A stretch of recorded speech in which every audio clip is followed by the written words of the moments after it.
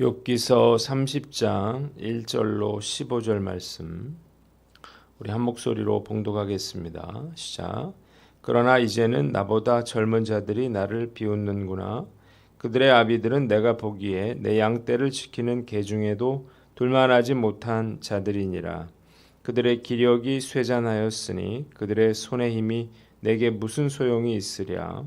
그들은 곧 궁핍과 기근으로 인하여 파리하며 캄캄하고 메마른 땅에서 마른 흙을 씹으며 떨기나무 가운데에서 짠 나무를 꺾으며 대싸리 뿌리로 먹을거리를 삼느니라.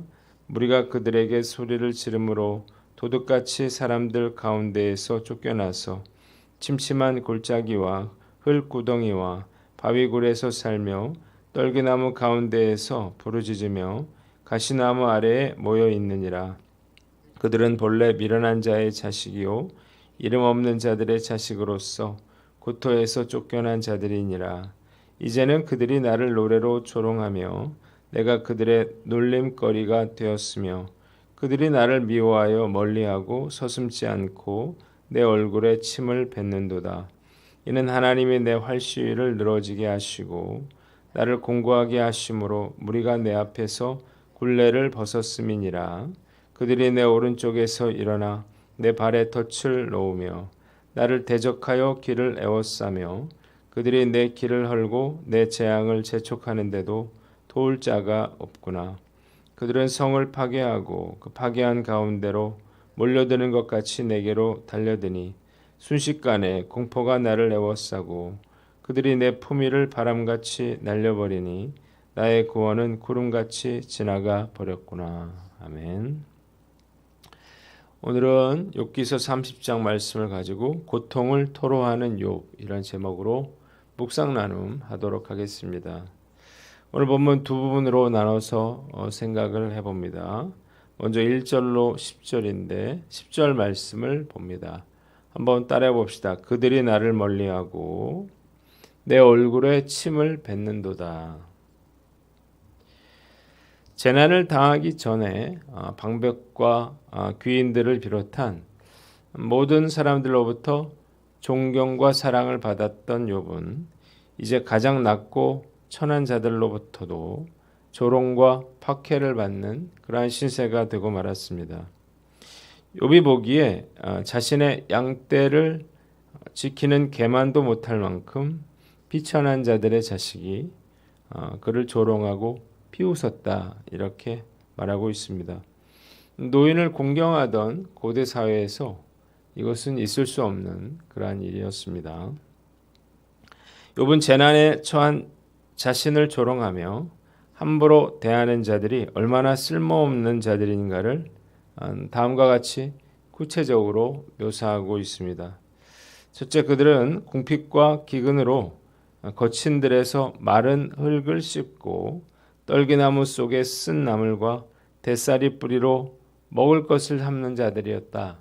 이렇게 말을 하고 있는데 마른 흙을 씹는다라고 하는 것은 광야의 들판에서 볼 수 있는 그런 마른 풀뿌리 또 관목의 뿌리를 너무 배가 고파서 흙이 묻어있는 상태로 그렇게 씹어 먹었다는 의미고 짠나물이라고 하는 것은 해변같이 소금기가 있는 데서 자라나는 그러한 나무를 말합니다.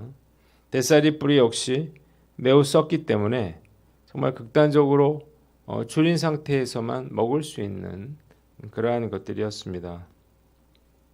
두 번째, 무리에게서 쫓겨난 자들이었다. 그렇게 말을 했는데 이들이 마을로 들었으면 사람들은 그들이 마치 도적이나 강도가 되는 것처럼 큰 소리를 질러서 마을 밖으로 내쫓았습니다. 그래서 그들은 골짜기와 흙구덩이 그리고 바위굴에서 살고 들나귀처럼 덤불과 가시나무 아래에 모여 있었습니다. 그들은 미련하고 비천한 자의 자식들로 이미 자기 고향에서도 쫓겨난 그러한 사람들이었습니다. 이런 자들이 노래로 그를 조롱하고 놀림거리로 삼고 꺼려하여 멀리하고 서슴지 않고 그의 얼굴에 침까지 뱉었다는 거예요. 자, 한번 따라해 봅시다. 사람을 신뢰하지 말고 하나님을 신뢰하라.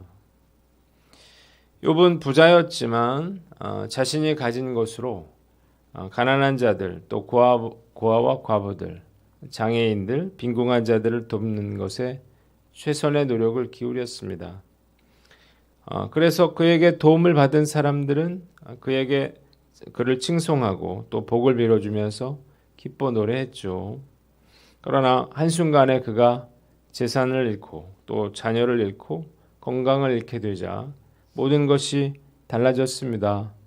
방백과 귀인들뿐만 아니라 그의 도움을 받은 자들, 그의 종들까지 그를 무시하고 조롱을 했는데 이전에는 감히 그 욥을 상대하지도 못했던, 쳐다보지도 못했던 가장 천대받는 자들까지도 이제는 그를 대놓고 조롱하고 무시하면서 심지어는 그의 얼굴에 침까지 뱉었다는 것입니다. 욥이 얼마나 고통스러웠을까요? 고위층 인사들이 어떤 추문이라든지 이런 것들에 휘말려서 고통을 받다가 자살하는 그런 경우가 종종 있습니다. 우리가 볼 때는 사실 좀 잘 이해가 되지는 않죠. 죽을 만큼 이게 큰일인가. 그런데 평생 존경받고 사랑받고 인정받던 사람들이 한순간에 비난과 손가락질을 받게 되는 것, 이것은 견디기 힘들 만큼 큰 그런 고통이라 그래요. 단 한 번도 경험해 보지 못했던 일이기 때문입니다. 사람들에게 칭찬과 존경만 받았던 이욥이 얼마나 큰 고통을 받았을지 이 사건을 생각해 보면 우리가 충분히 이해할 수 있을 것입니다. 사람들의 평가는 하루아침에 달라질 수 있다라는 것입니다. 요즘 같은 시대는 더욱 그런 것 같아요. 그래서 사람들이 나를 칭찬해 준다고 해서 좋아할 일이 아니고 비난하고 조롱한다고 해서 또 모든 것이 다 끝난 것처럼 그렇게 생각할 필요도 없겠다는 것입니다. 사람들의 칭찬과 비난에 일희일비하다가는 정말 목숨을 끊고 싶은 그런 유혹에 빠질 수도 있는 것입니다. 사람들의 평가가 그냥 스쳐가는 그런 바람과 같은 것이다 라고 하는 사실을 알고 절대 연연하지 말아야 하는 것입니다. 또한 사람은 신뢰할 대상이 아니라 섬겨야 할 대상이라는 사실을 우리가 알아야 됩니다. 그래서 우리가 뭔가를 기대하면 상처받게 됩니다. 나로부터 도움을 받은 사람이 언제라도 나에게 등을 돌릴 수 있기 때문이에요. 우리가 누군가를 도와줬다면 그 순간 잊어버려야 됩니다. 감사와 보답을 기대하면 상처받을 수 있는 것입니다. 오늘 난 어떤가 한번 살펴보고 우리가 신뢰해야 할 대상은 오직 하나님밖에 없다라고 하는 사실을 깨닫고 사람을 신뢰하지 않는 저와 여러분들 되시기를 주님의 이름으로 축원합니다. 두 번째는 예수님을 생각하며 인내하라는 것입니다. 한번 따라해 봅시다. 예수님을 생각하며 인내하라. 비천한 자들로부터 얼굴에 침뱉음을 당했던 욥의 모습을 보면서 고통당하신 그 예수님이 생각이 납니다. 십자가에 달리시기 전에 예수님이 군병에 둘러싸여서 조롱과 침뱉음을 당했죠. 하나님의 아들이 이런 수치와 고통을 당했다. 참 있을 수 없는 일이죠. 그러나 예수님은 끝까지 인내하셨습니다. 인간을 구원하시려고 하는 그 하나님의 구원 사역을 이루기 위함이었습니다. 김영길 한동대 총장님의 간증에 대해서 제가 얘기한 적이 있었는데 IMF 때 한동대가 21세기 모델 대학으로 선정이 돼서 13억 원의 자금을 지원받게 됐는데 이 김영길 총장이 이 돈을 3개월 동안 밀렸던 교수들의 월급으로 먼저 지급을 하고 학생들의 등록금이 들어오자 이제 이걸 채워 넣었었는데 그를 반대하던 세력들은 이걸 알고 국고금 전용죄로 그를 기소했습니다. 2001년 5월 11일에 그는 포항 법원에서 징역 4년을 구형받고 또 현장에서 법정 구속이 되게 됩니다. 국내 최초로 대학 총장이 구속된 사건이었는데 김영길 총장이 플라스틱 그릇 2개를 들고 죄수복으로 갈아입고 구치소의 감방에 들어가니까 거기 있던 사람들이 그에게 신고할 것을 요구했습니다. 그래서 기도했다 그러죠. 하나님, 제가 어제는 대학 총장이었고 오늘은 감방에 갇혔는데 저는 이제 어떻게 해야 합니까? 그러자 마음속에 성령님의 음성이 들려왔는데 주님은 너를 위해 죽기까지 했는데 너는 오늘 이 자리에서 잠시 모욕적인 신고를 한다는 것이 무엇이 문제가 되니? 그러니 당당히 신고해라. 그래서 신고하고 감방 생활을 시작했다는 것입니다. 53일 후에 보석으로 나와서 재판을 받았는데 결국 대법원에서 이 자금을 총장이 직접 사용한 것도 아니고 교직원을 위해 썼으니 무죄라 이렇게 판결을 받게 됩니다. 저는 지금까지 이런 조롱이나 수치를 당해본 적은 없습니다. 작은 교회 목사였지만 늘 존경받고 사랑받고 살았어요. 만약 이런 일을 당한다면 과연 내가 어떻게 행동할지 잘 모르겠어요. 그러나 정도는 달라도 누구나 이런 어려움들을 겪을 수 있을 것입니다. 자, 인류 구원의 기쁨과 소망을 생각하시면서 십자가의 고통과 조롱을 참으신 그 예수님을 기억하면서 우리도 어떤 일을 당하더라도 끝까지 참고 인내하는 저와 여러분들 되시기를 주님의 이름으로 축원합니다. 자, 11절로 15절 말씀인데 11절을 봅니다. 한번 따라해 봅시다. 이는 하나님이 나를 곤고하게 하심으로 내 앞에서 굴레를 벗었음이니라. 자, 욥은 이렇게까지 비참하게 된 원인을 하나님에게서 찾고 있습니다. 하나님이 자신의 활 시위가 늘어지게 하시고 무기력하게 하셨다는 것입니다. 고대 사회에서 이 활은 전쟁과 사냥에 아주 중요한 그러한 무기죠. 그런데 줄이 늘어진 이 활은 아무런 쓸모도 없었습니다.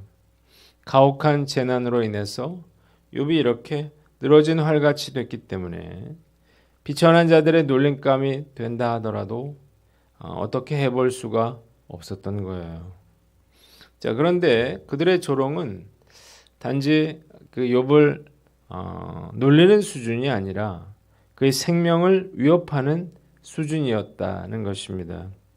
그들은 그의 발에 덫을 놨습니다. 그를 에워싸고 그를 파멸시키려고 했습니다. 마치 군대가 적의 성읍을 무너뜨리고 약탈하는 것처럼 욥을 괴롭히고 있는 거예요. 그의 위험은 사라지고 두려움과 공포에 둘러싸여 구원의 희망은 구름처럼 사라지고 말았습니다. 한번 따라해 봅시다. 문제의 원인을 하나님에게서 찾아라. 욥은 비천한 자들에게 조롱과 비웃음을 당하고 침뱉음을 당하면서도 이에 대해서 그들에 대해 분노하지 않았다는 것입니다. 이 일이 하나님께로부터 비롯된 일이라는 사실을 그가 알았기 때문이에요. 요셉이 자신을 애굽에 팔아넘긴 그 형들에게 복수하지 않았던 이유도 바로 여기에 있습니다. 그를 애굽에 넘기신 분이 바로 하나님이라 라고 하는 사실을 그가 깨달았기 때문입니다. 자, 문제의 원인을 우리가 사람이 아니라 상황이 아니라 하나님에게서 찾아야만 합니다. 넓게 보면 하나님이 허락하시지 않았다면 일어나지 않았을 일이기 때문이에요. 근데 그렇게 해야만 사람을 원망하거나 복수하지 않게 되고, 그렇게 해야만 그 하나님께서 문제를 해결할 수 있는 것입니다. 그러니까 우리가 따지려면 사람이 아니라 하나님과 따지고, 복수를 원한다면 그 하나님께 보복해 주실 것을 구해야 하는 것입니다. 많은 성도들이 축복은 하나님이 주신 것으로 생각하지만, 내가 당하고 있는 그러한 어려움과 고난은 어떤 상황 때문에, 또 어떤 사람 때문에라고 생각합니다. 잘못된 생각이죠. 욥이 하나님으로 인해서 축복을 받았다면 재난도 역시 하나님께로부터 온 것이라는 사실을 우리가 알아야 하는 것입니다. 자, 나에게 닥친 어려움이 하나님께로부터 왔다는 사실을 내가 알았다면 그러면 어떻게 해야 될까요? 그런 사람은 문제를 하나님께로 나아가서 문제를 해결하려 그러는 거죠. 이유가 뭔가요? 하나님이 이 문제의 해결자이시기 때문입니다.